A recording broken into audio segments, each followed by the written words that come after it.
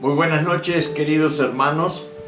Vamos a tener un tiempo de media hora como para ir metiéndonos en la escritura. Estamos en Juan. Vamos a comenzar el capítulo 18 y vamos a ir adentrándonos en el final de la vida de Jesús. Comienza a partir del 17, el capítulo 17 que ya lo vimos, comienza una especie de un Jesús especial. Él ve que como ser humano se le aproxima un montón de cosas que le van a hacer sufrir demasiado. Nosotros muchísimas veces no sufrimos esto. ¿Por qué? Porque nunca sabemos bien qué nos va a pasar. Entonces todo nos toma por sorpresa y el dolor viene después del hecho. Pero Jesús ya está sufriendo y eso lo vimos en el capítulo 17. Antes también. Vemos que viene anunciando, mi hora se aproxima, pero fue zafando en varias circunstancias diciendo, esto es porque mi hora todavía no ha llegado, pero acá ya llega la hora. Y vamos a ir viendo a un Jesús que está obligado a que se cumplan en él las profecías, por tanto, las escrituras que estaban ya adelantando lo que iba a ser de su realidad. Así que capítulo 18 de Juan nos habla de arresto de Jesús. Habíamos visto el capítulo 17 en su final y orando a su Padre, versículo 26, dice, Padre, yo les he dado a conocer tu nombre y lo daré a conocer aún, todavía no es el fin, para que el amor con que me has amado esté en ellos y yo esté en ellos. Palabras misteriosas que las estuvimos viendo, como Jesús no se lanza a un resultado de soledad, a un resultado puramente personal, en donde Él se va a encontrar que va a la muerte, que luego resucita y que luego sube a la gloria de Dios otra vez y se sienta en su trono para gobernar los tiempos y gobernar la eternidad. Él está sabiendo que ahora se lleva algo que antes no tenía.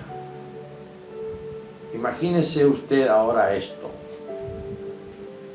A ver si lo podemos encuadrar.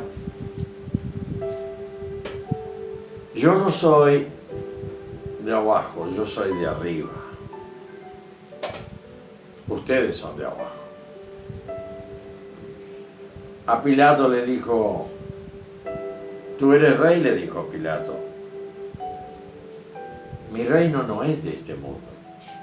Si fuera de este mundo, mi ejército me saldría a defender. Pero mi reino no es de este mundo. Entonces, tú eres rey, tú lo dices. Yo he venido a este mundo a dar testimonio de la verdad. Y ahí ya enmudeció. Pilato vio que no había maldad en él, pero no tenía nada en la cabeza como para desorientar. Y tenía que cumplir además las profecías el señor Pilato. Así que no lo podía salvar.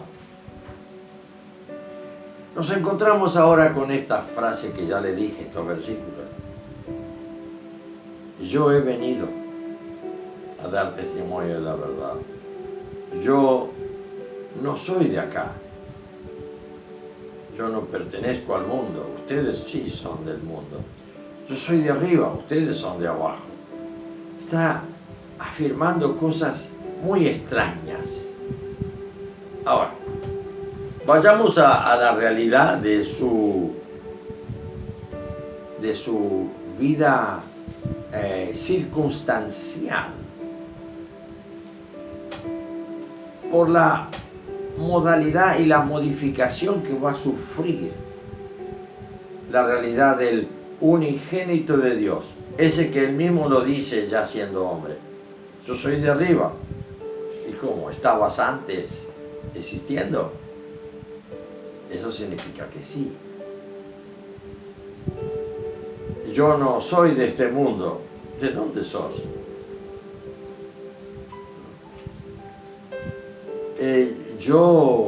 Ustedes son de abajo. Entonces, él está conversando, él bajó. A Pilato le dice, tú eres rey, tú lo dices. Porque los judíos lo acusaban de que se estaba levantando como rey de los judíos. Vemos acá que Jesús está esquivando todo aquello que tenga algo que ver con su intervención humana como un político social, un político salvador. Los judíos querían identificarlo con el Mesías que ellos esperaban. Pero en ellos, después de 400 años que no había habido más profeta, se había tergiversado totalmente el sentido de la profecía del Mesías. Y en vez de ser un Mesías que venía a morir por el pecado, ellos habían perdido la noción del pecado. Por lo tanto, ahora estaban bajo la ley y el pecado era simplemente como resarcido a través del castigo de la ley y se acabó. Por eso, el mensaje de Jesús no viene a sentarse en la ley. Viene a sentarse en la gracia y en el amor de Dios. Por eso estuvo escondido el misterio de los siglos, como hemos visto en Efesios. El misterio de los siglos escondido hasta que apareció este Mesías. Hasta que apareció este Jesús de Nazaret.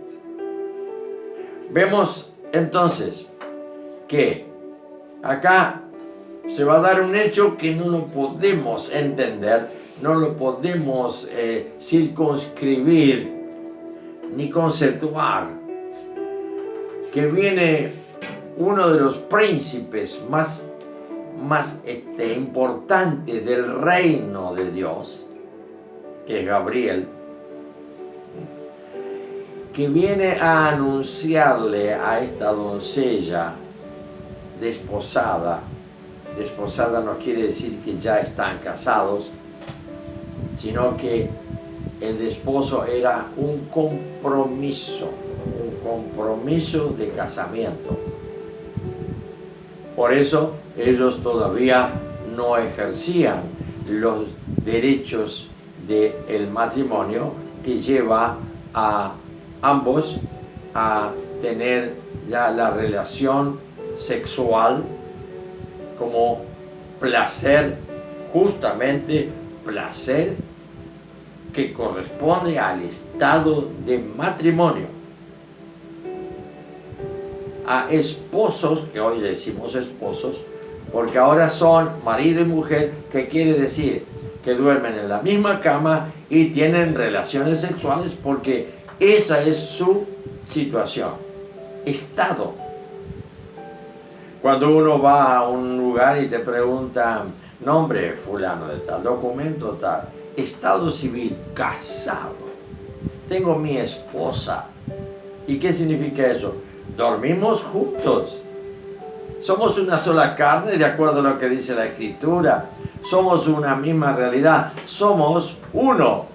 Y nosotros como cristianos somos uno. Ya no somos más dos.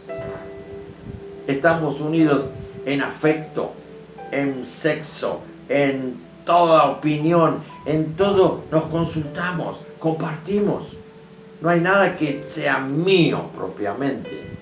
No. Entonces, acá hay que poner bien en claro que esta doncella, que se calcula que tendría 17, 18 años, María, era virgen todavía, y si la hubieran pescado que estaba embarazada sin estar casada, entonces, bueno, chao, la apedreaban y listo, la ley. ¿Qué pasa acá? Acá se da uno de los casos de esos que, ¡ay, qué lindo que es la Navidad! ¿Cómo lo pasó este año?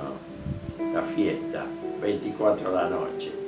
Se divirtió, lo pasó bien, como creyente o como pagano. Los paganos festejan la Navidad, no entiende nadie nada, pero se ha establecido que la Navidad es la fiesta de la familia, donde casi todas las familias se vuelven a juntar una vez por año para pelearse y discutir de nuevo hasta el año siguiente. Yo me sonrío porque conozco mucho de esto, pero fíjense, para los cristianos es algo diferente. Es llegar a encontrarse con el misterio escondido de los siglos. Esto ya empieza mal, ya un misterio quiere decir que no tiene entendimiento, que escapa a todo razonamiento. ¿Y cuál es? Que apareció un varón, se le apareció en la pieza donde dormía María, y le habló y le dijo: no temas, María,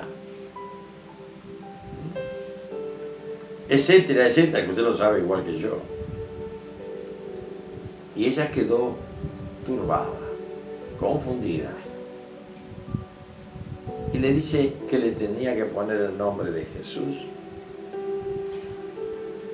Jesús es un nombre que ya lo tenían muchas personas en el pasado judío, pero acá era justamente era el verdadero Jesús. Y la palabra Jesús es una contracción. Cuando decimos contracción quiere decir que dos palabras sufren una apócope, que significa se hace una sola palabra. Pero Jesús significa Jehová Salvador. Interesante eso. De manera que a partir de ahí, María sintió que ella sabía, ya había leído Isaías, había leído seguramente cosas muy importantes, conocía las Escrituras. ¿Y qué podía pasar? Que el ángel le tuvo que aclarar que el Espíritu Santo te cubrirá con su sombra y de ti ha de nacer el Cristo. Y ella, silencio. Así que, ¿qué es lo que está por hacer Dios? ¿Qué les parece? ¿Qué es lo que está por hacer el Padre acá? Ni más ni menos que, yo suelo decirlo así, quizá alguien puede decirlo de otra manera, pero Dios tuvo que ejercer un tremendo milagro sobre la materia. Un espermatozoide divino entró en el útero de esta chica virgen. No podemos pensar de otra manera para que esto haya sucedido. Lo tomamos en forma bien natural y, propiamente hablando, algo objetivo y realista. En María comienza un verdadero embarazo. Tanto es así que José, cuando ve que ella comienza a tener los síntomas de embarazo, le habla y le dice: bueno, con todo respeto, yo no te quiero hacer daño. Yo lo que quiero hacer es dejar que tú sigas tu vida. Y decidió abandonarla. Otra intervención de arriba. Dios está rompiendo lo natural. Está provocando un avivamiento tremendo. Que elementos espirituales están interviniendo en la raza humana. ¿Y qué es lo que sucede? Un ángel viene a la noche y en sueños le dice a José: José, no la abandones. José decide no abandonarla. No sé cómo se arregló todo eso después. José quedó en el papel de esposado con ella hasta el momento en que evidentemente no faltaría mucho para la gran boda y que pudieron estar y vivir juntos.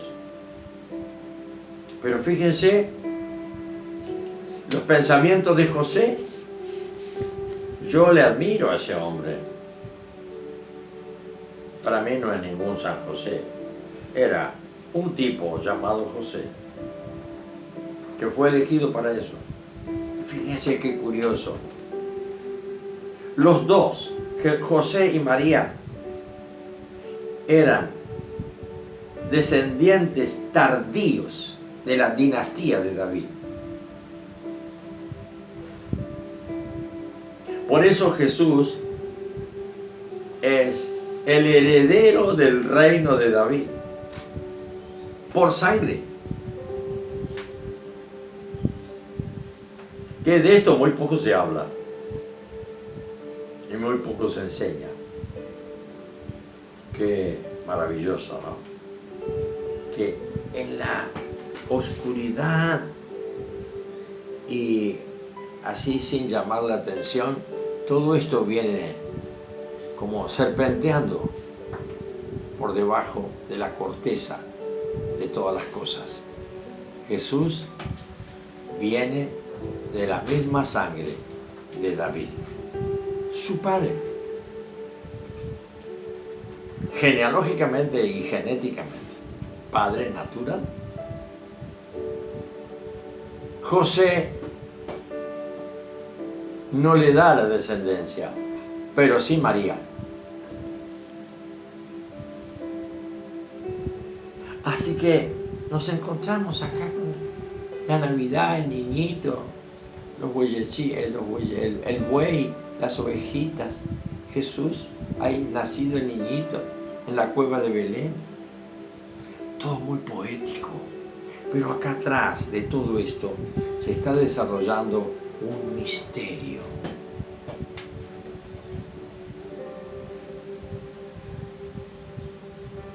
Tremendo misterio. Para pensar, ¿no es cierto? Y pasan unos meses y se va a visitar a su prima Santa Isabel, así le dicen ahora. Isabel se llamaba. Estuvo 3 meses con ella. Allí estaba Juan Bautista. 6 meses ya estaba el embarazo. Saltó Juan Bautista cuando se encontraron las 2 primas en el vientre de Isabel. Saltó. ¿Se imagina? Pareciera que había una relación profunda entre ellos. En lo espiritual había una conexión tremenda. El profeta más grande del Antiguo Testamento. Primo del hijo de David, el Mesías.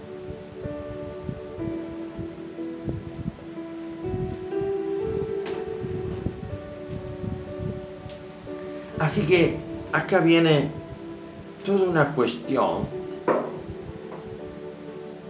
que hace que eso lo tengamos en cuenta para conectarlo con su nacimiento, 33 años y el momento de Juan 18. Lo arrestan para matarlo. ¿A qué vino?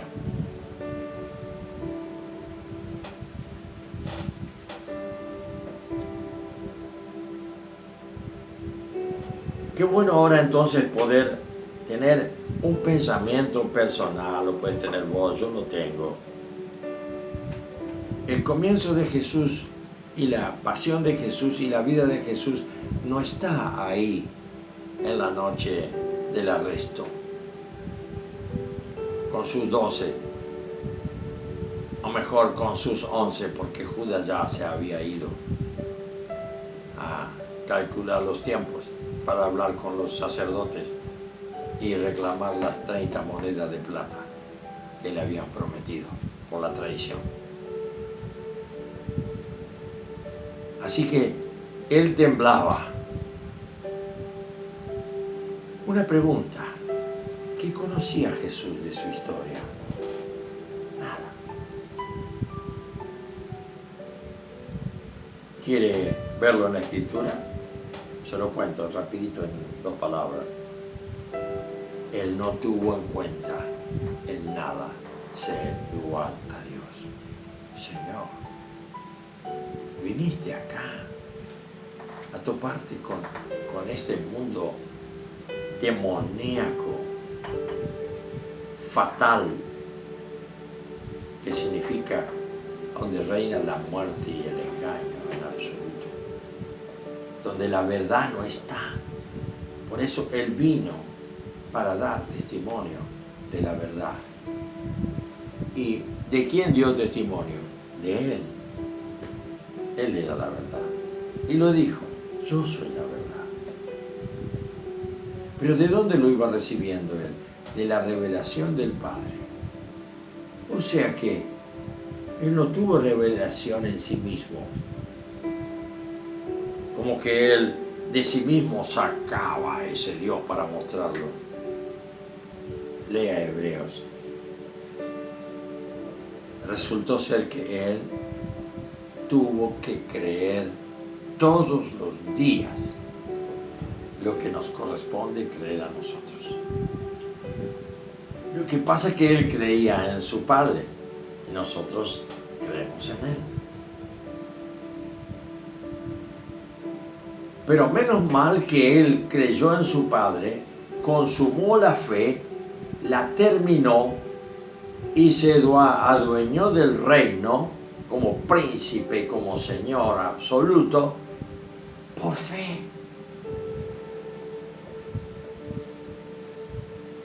A Él no le fue dado hacer algo por su cuenta. Era lo que el diablo quería. Pero tenía tanta claridad porque no tenía el pecado personal, la herencia de Adán. Por eso este espermatozoide tenía que ser divino, porque el espermatozoide histórico de Adán, que viene a través de las generaciones y que se sigue concibiendo seres humanos a través del poder de la unión entre el hombre y la mujer, porque Génesis dice macho y hembra los creó, varón y hembra los creó para eso, para que se sigan reproduciendo. Acá se cortó esa genética y de pronto María da a luz un hijo que no tiene la genética de José. Y José es el hombre más humilde y sencillo que ha habido, porque aguantarse eso y comerse ese verso tenía que tener mucha fe, tanto como la que necesitó María. Pero los hechos estaban ahí. Él la conocía a ella como que era perfecta y la amaba porque era virgen y porque era hermosa. La amaba. Él sabía que ella nunca hubiera hecho eso, de acostarse con otro hombre. Pero a la vez no podía negar el hecho y la prueba de que su vientre crecía cada vez más y que todo iba a terminar en un parto y que ese bebé le iba a decir papá a él, como todo se usaba en el lugar, en el pueblo. Él iba a ser el padre figurativo hasta que él creciera. Él necesitaba despertar, pero despertar como hombre, no como Dios. Nunca despertó como Dios. Nunca despertó como Dios. Él despertó como Dios en la resurrección.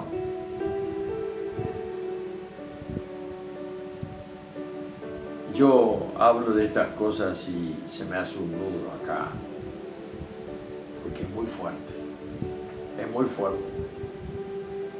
Es muy fuerte pensar en lo que creemos y en lo que sabemos que es así. Pero vivimos una vida tan distraídos que aún nuestros pensamientos se van borrando, no sabemos cómo, y se van acumulando los pensamientos de abajo. En Jesús nunca sucedió eso. Los pensamientos de abajo no le incidieron para nada,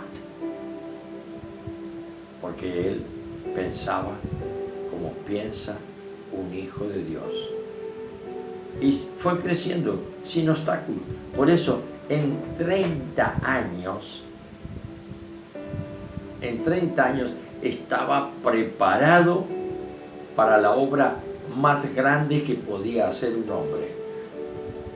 Pero ¿quién lo preparó? El Espíritu Santo.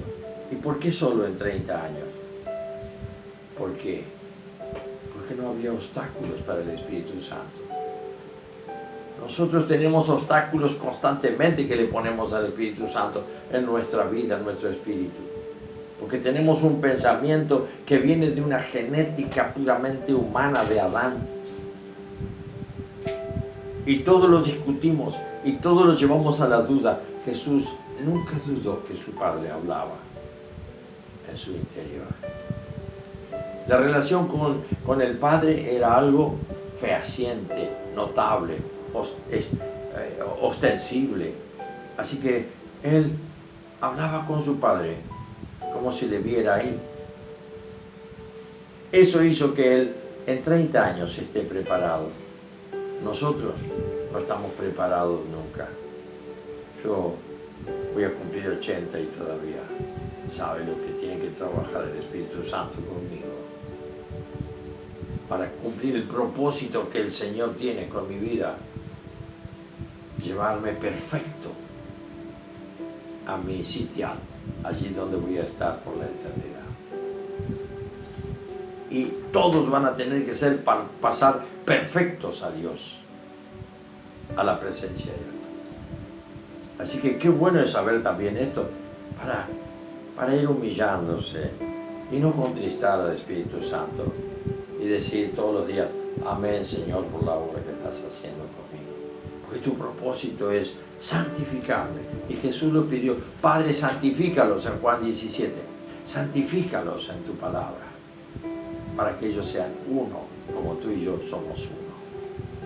Pero somos tan duros, de mente, de corazón, de humanidad, tan nosotros mismos que no podemos darle lugar al Espíritu Santo.